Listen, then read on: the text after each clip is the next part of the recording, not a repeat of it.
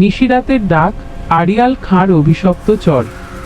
ঘটনাটি ঘটেছিল শরীয়তপুরের আড়িয়াল খাঁ নদীর পাড় ঘেঁষা এক নিঝুম গ্রামে। গ্রামের নাম মোল্লাকান্দি।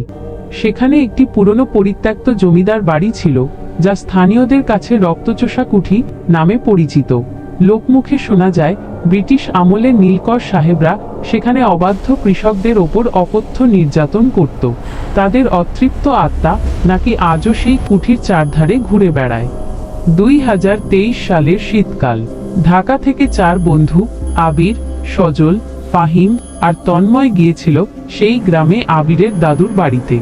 তন্ময় একটু বেশি সাহসী বা দুঃসাহসী।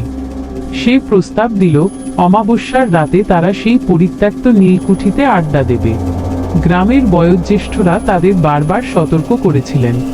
আবিরের দাদু বলেছিলেন, তারা চিহ্ন দাদু ভাই, ওই কুঠির বাতাস ভারী, ওখানে নিশিরাতের পর মানুষ যায় না, আর যারা গিয়েছে তারা ফিরে আসলেও তাদের ছায়া আর আগের মতো থাকে না। তারা চিহ্ন তরুণ রক্ত সেসব মানেনি। রাত তখন 12টা।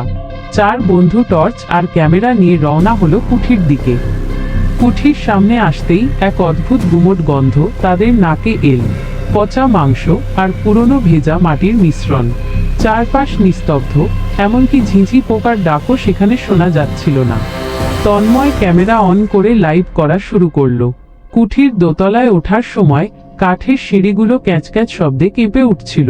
হঠাৎ ফাহিম থেমে গেল। তোরা কি শুনলি? সে ফিসফিস করে বলল। কি? আবির জিজ্ঞেস করল। কারো কান্নার শব্দ, খুব নিচু স্বরে, মনে হচ্ছে দেয়ালের ওপাশ থেকে কেউ ডুকরে ডুকরে কাঁদছে। বাকিরা হাসাহাসি করে উড়িয়ে দিল। কিন্তু ঠিক তখনই একটা পচা দুর্গন্ধ তীব্র হয়ে উঠল এবং তাদের টর্চের আলো রহস্যময়ভাবে ম্লান হয়ে আসতে শুরু করলো। হঠাৎ একটা বিকট শব্দে দোতলার জানালাগুলো সব একসঙ্গে বন্ধ হয়ে গেল। 4 বন্ধু ভয়ে জমে গেল। ঠিক সেই মুহূর্তে আবির দেখল, কুঠির বারান্দার শেষ প্রান্তে একটা ছায়া মূর্তি দাঁড়িয়ে আছে। মূর্তিটার উচ্চতা সাধারণ মানুষের চেয়ে অনেক বেশি, আর তার গায়ের চামড়া যেন ঝুলে পড়েছে। সবচেয়ে ভয়ঙ্কর ব্যাপারটি ঘটল যখন তন্ময় হঠাৎ করে সম্মোহিতের মতো হাঁটতে শুরু করলো। সে সোজা এগিয়ে যাচ্ছে সেই অন্ধকার ঘরটার দিকে যেখান থেকে কান্নার শব্দ আসছিল। সজল চিৎকার করে উঠল, তন্ময় থাম, কোথায় যাচ্ছিস? কিন্তু তন্ময় কোনো উত্তর দিচ্ছিল না।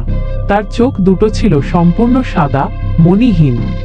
তারা তন্ময়কে ধরার চেষ্টা করলো, কিন্তু দেখা গেল তন্ময়ের শরীরের তাপমাত্রা বরফের মতো ঠান্ডা। হঠাৎ একটা ভারী কণ্ঠস্বর পুরো কুঠিতে প্রতিধ্বনিত হলো, একটি অমানুষিক চিৎকার যা মানুষের গলা দিয়ে বের হওয়া সম্ভব নয়। ফাহিম লক্ষ্য করলো, তাদের চারপাশ ঘিরে কালো ধোঁয়ার মতো কিছু একটা ঘনীভূত হচ্ছে। সেই ধোঁয়ার ভেতর থেকে অসংখ্য সাদা হাত বেরিয়ে আসছিল তাদের টেনে ধরার জন্য। আবির বুঝতে পারল এটা সাধারণ কিছু নয়।